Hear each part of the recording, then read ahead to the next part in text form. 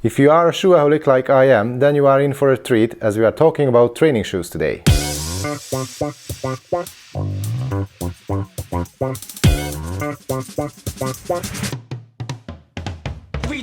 Hi everyone and welcome to my channel. So we are talking about shoes today because there are lots of different types of shoes you can choose for your running, strength training, biking, fitness or hiking, and it's not easy to find the right one for your specific exercise. In this video I show you what shoes I use in my training and try to explain to you why you should choose a different pair of shoes for every kind of physical activity you do.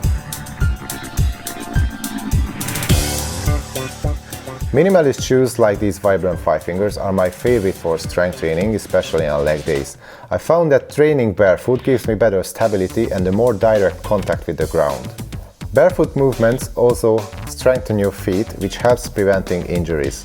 I bought my first barefoot shoes after my knee injury back in 2011 and I've been using them ever since. If you never used them before, be careful though, because the first couple of times you are training in these might give you some serious pain in your shins and calves because you are forced to use the muscles a little bit differently than in well-cushioned shoes.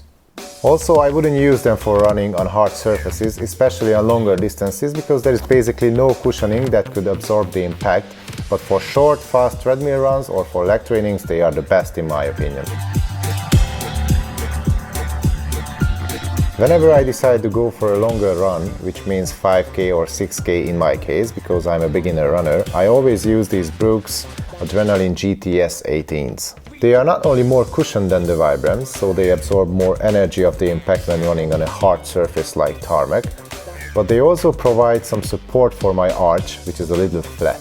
So I use them for running outdoors, and sometimes when I feel my feet are tired, I put these on for extra comfort during my strength training as well in the gym.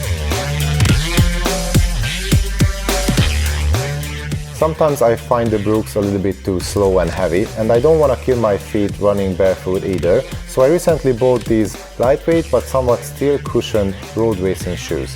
They are called On Running Cloud Flow. I use them mostly on the track where the impact is not as heavy as on the road. They give me more speed, they are more agile than the Brooks, and they are more cushioned than the Vibrams, so they're kind of offering the best of both worlds. And admitting that it matters to me too, they look by far the best of all the shoes I have.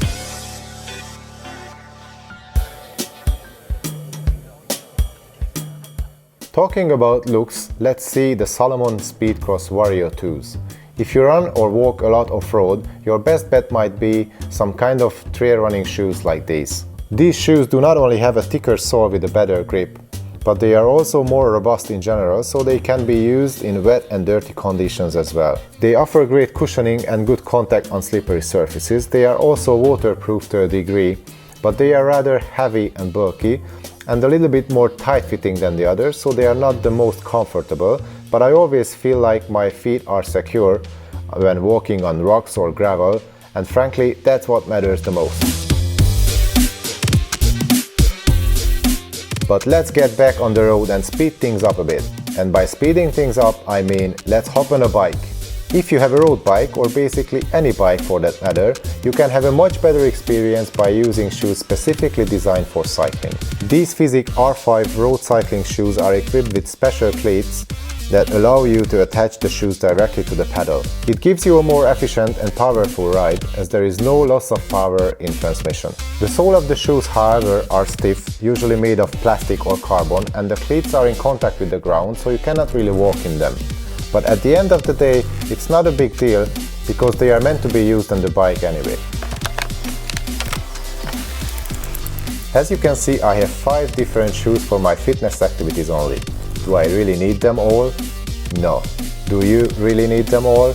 No, not necessarily. You can have only one for your everyday training, but please make sure you get a pair of shoes which suits your own needs.